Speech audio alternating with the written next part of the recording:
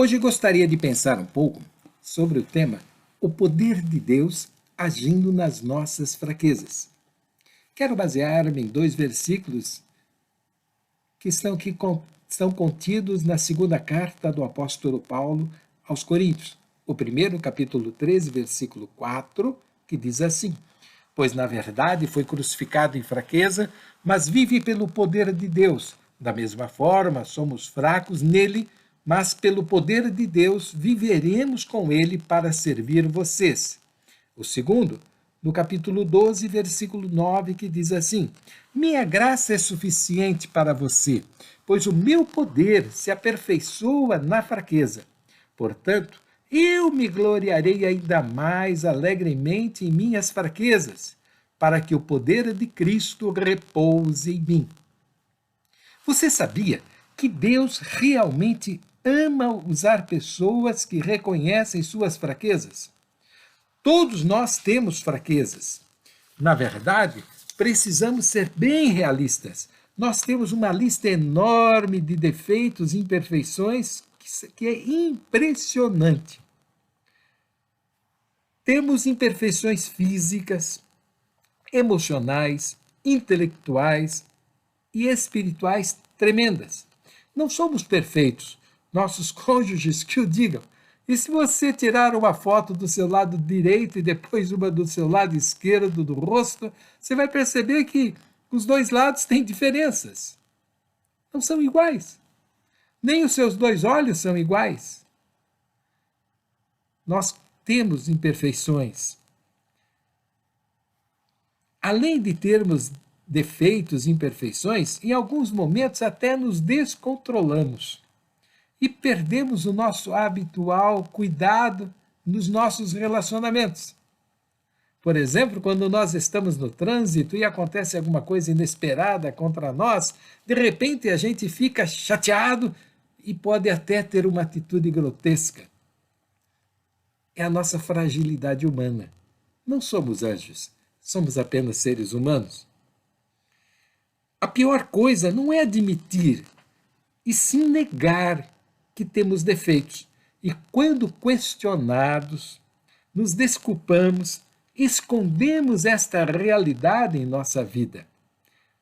Quando escondemos as nossas imperfeições, nós estamos não sendo abençoados, mas estamos nos prejudicando, porque, na verdade, cada um de nós tem um jeitão. E Deus usa esse jeitão para realizar a sua obra do jeito que nós somos. E é o Espírito Santo que trabalha em nós em todos os momentos, e ele vai nos restaurando, e ele vai nos dando atitudes, pensamentos e palavras à semelhança do Senhor Jesus. Mas até sermos plenamente completos nessa graça, temos uma longa caminhada pela frente. Acredite, Deus tem uma perspectiva totalmente diferente em relação às nossas fraquezas. O apóstolo, aliás, o profeta Isaías, no capítulo 55, 9, ele disse assim: Assim como os céus são mais altos do que a terra, também os meus caminhos são mais altos do que os seus caminhos, e os meus pensamentos são mais altos do que os seus pensamentos. Nossas fraquezas não são um acidente. Deus as permitiu em nossas vidas para mostrar o seu poder através delas. Deus não se impressiona com a força da autossuficiência de ninguém. A atitude número 1 para ser abençoado é reconhecer as suas próprias fraquezas. Disse Jesus: Bem-aventurados os pobres de espírito, pois deles é o reino dos céus. Deus é especialista em usar pessoas imperfeitas para realizar coisas extraordinárias a despeito das suas fraquezas. Imagine se Deus só usasse pessoas perfeitas. Com certeza, nada seria realizado. E Deus fez isso para que a glória retornasse a Ele mesmo. Paulo, escrevendo sua carta, em 2 Coríntios 4:7, ele diz: Mas temos esse tesouro em vasos de barro, para mostrar que este poder que a tudo excede provém de Deus, e não de nós. Também Paulo admite a sua fraqueza quando ele escreve lá em Atos 14:15, onde ele fala da sua humanidade. Diz assim o texto: Homens, por que vocês estão fazendo isso? Nós também somos humanos, como vocês. Estamos trazendo boas novas para vocês, dizendo-lhes que se afastem dessas coisas vãs e se voltem para o Deus vivo, que fez o céu, a terra, o mar e tudo que neles há. Admitamos, nós somos apenas seres humanos. Se existe algum poder em nossa vida, com certeza, ele vem de Deus. O apóstolo Paulo convivia muito bem com a sua condição de fraqueza humana e se alegrava com isso. Em 2 Coríntios 12:9, ele disse, e essas palavras foram ditas no momento em que ele disse para Deus: Senhor, eu já orei 3 vezes, mas o Senhor não respondeu. E diante da falta de resposta positiva ou solução de um problema que ele tinha, ele escreveu essas palavras.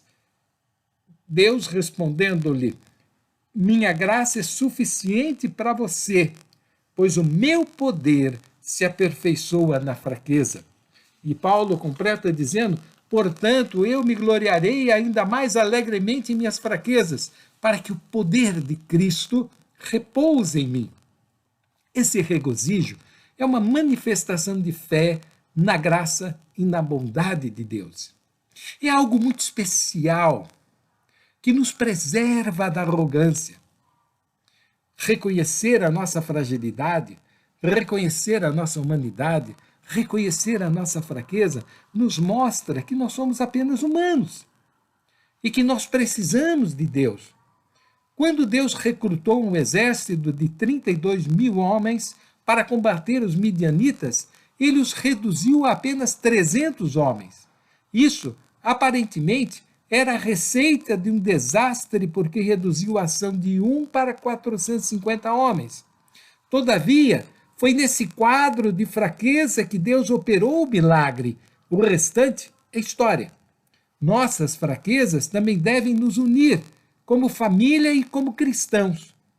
Vance Havner disse o seguinte: os cristãos são como flocos de neve, isolados são frágeis, e juntos interrompem o trânsito. A fraqueza de Moisés foi o temperamento. A fraqueza de Gideão foi a baixa autoestima. A fraqueza de Abraão foi o medo. A de Davi foi o sexo. João, o filho do trovão, se tornou discípulo do amor.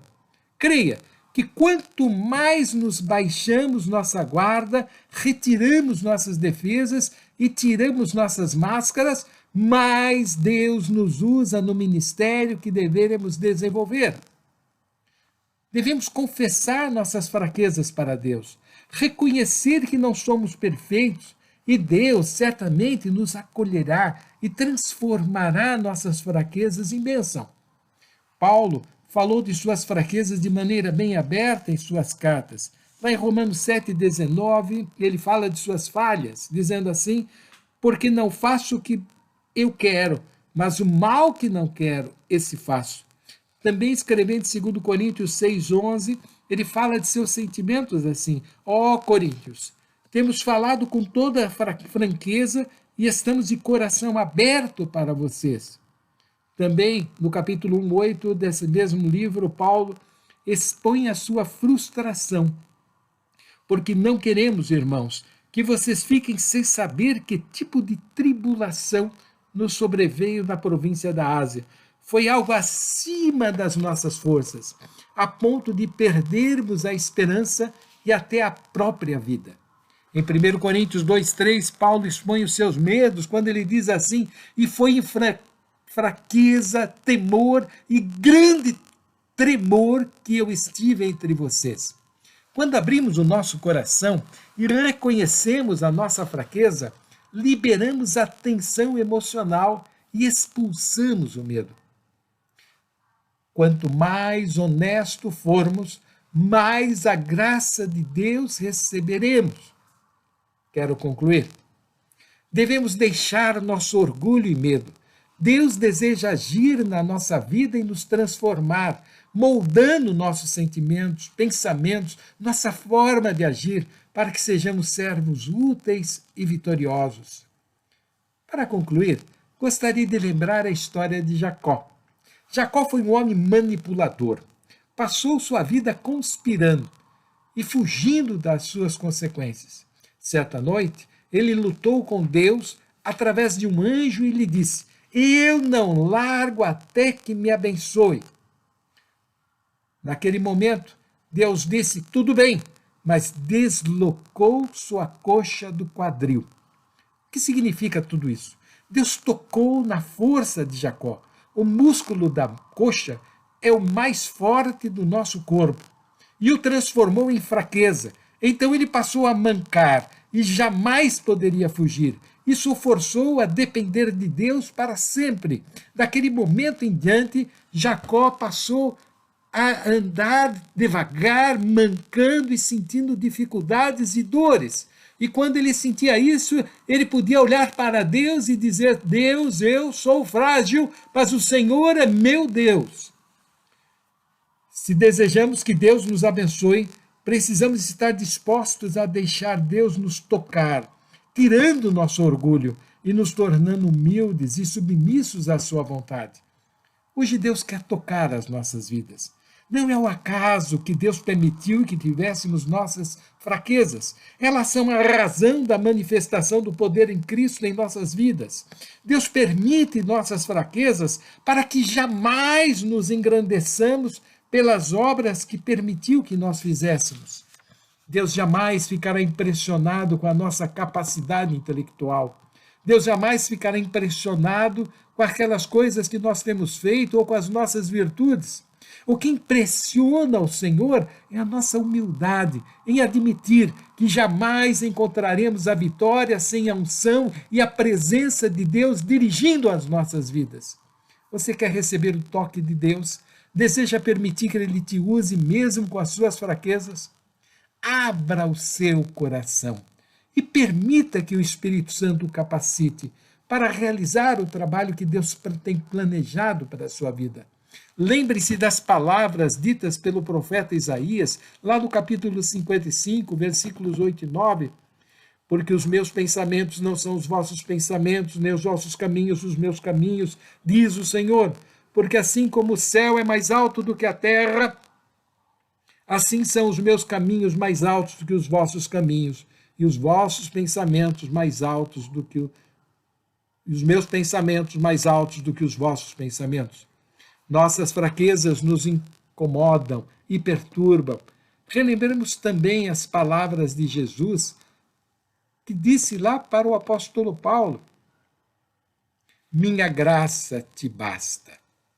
Meu querido irmão, minha querida irmã, com certeza em todos os momentos da nossa vida,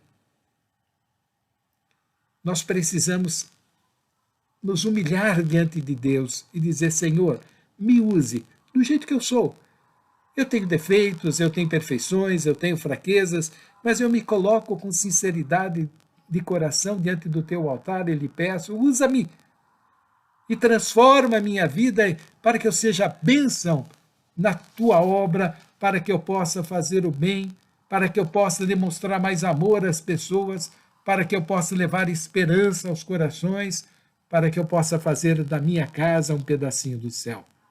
Que Deus te abençoe, que o Senhor te dê graça e te dê vitória, em nome do Senhor Jesus. Amém.